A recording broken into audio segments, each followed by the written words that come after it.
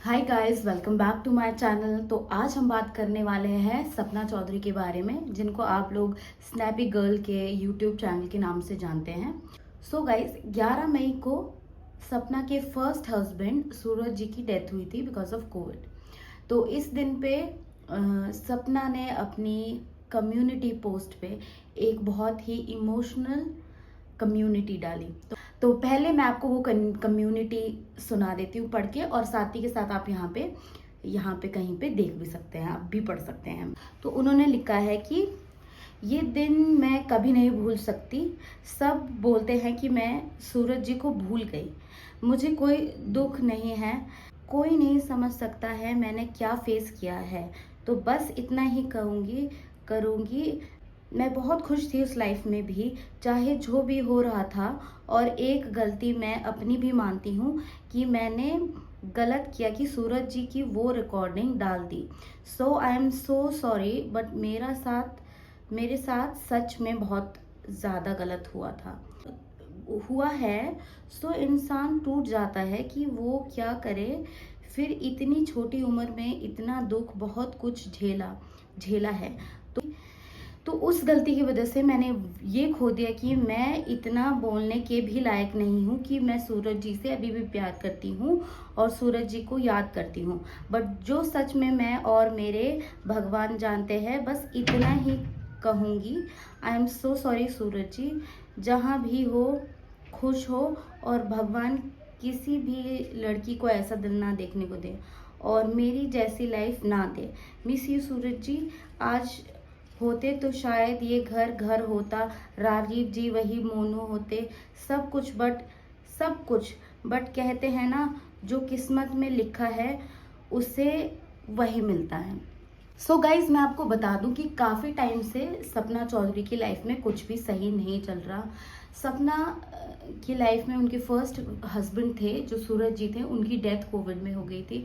उसके बाद उन्हीं के छोटे भाई से उनकी शादी हुई, जिसका नाम राजवीर है। उनकी भी डेथ हो गई बिकॉज ऑफ एक्सीडेंट, तो वो भी नहीं रहे। उसके बाद उनके घर पे जो सास ससुर है, उनके साथ काफ़ी ज़्यादा उनकी बॉन्डिंग अच्छी नहीं रही।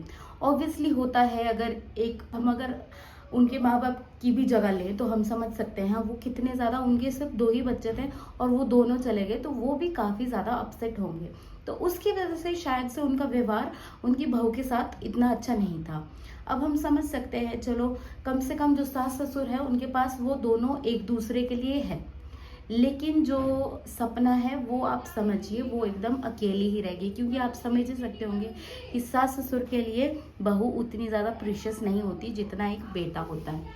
सपना की रियल कंट्रोवर्सी शुरू हुई जब उसका सेकेंड हस्बैंड राजवीर जी की डेथ हुई। उनकी डेथ के बाद पहले कुछ टाइम तक तो जो फैमिली बाकी रिमेन थी, जो सपना के सास ससुर, उसकी बहन अंशु और सपना, कुछ टाइम तक काफ़ी ठीक से रहे। उनके व्लॉग्स अच्छे आते थे, काफ़ी इमोशनल थे, और सब लोगों की, जितनी भी उनकी ऑडियंस थी, उनकी सिंपैथी सभी की इन लोगों के साथ थी। लेकिन कुछ टाइम बाद सपना के व्लॉग्स कम हो गए और ये सुनने में आने लगा कि ये लोग अलग होने वाले हैं। तो सबसे पहले अंशु अलग हुई। अब इस ही दौरान में क्या हो रहा था कि जो सपना है, सपना ने एक रिकॉर्डिंग जारी की। इस रिकॉर्डिंग में आवाज़ थी सपना की, जिसमें वो चिल्ला रही थी और आवाज़ आ रही थी कि उसके साथ पिटाई हो रही है।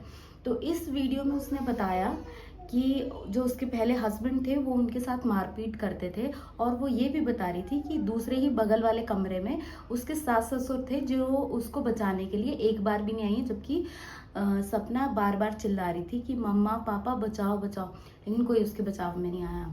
चलो हाँ, उसके साथ बहुत बुरा हुआ, बहुत गलत है किसी के भी साथ मारपीट करना।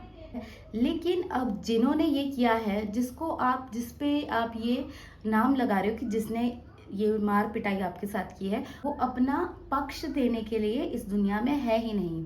तो ये चीज़ उसने बहुत गलत की इस टाइम पे। मांग रही है उसी चीज़ की माफ़ी, वो सूरज जी से मांग रही है और अपनी गलती मान रही है। ये बहुत अच्छी बात है कि उसने अपनी गलती मानी। अब ये इसके बाद काफ़ी सारी कंट्रोवर्सी हुई थी, जिसमें कि पहले अंशु चली गई, फिर सपना ने घर छोड़ दिया, सास ससुर अकेले रह गए। अब काफ़ी लोगों की सिंपैथी हो गई सास ससुर के साथ, और काफ़ी सारे लोगों की सिंपैथी सपना के साथ भी आई।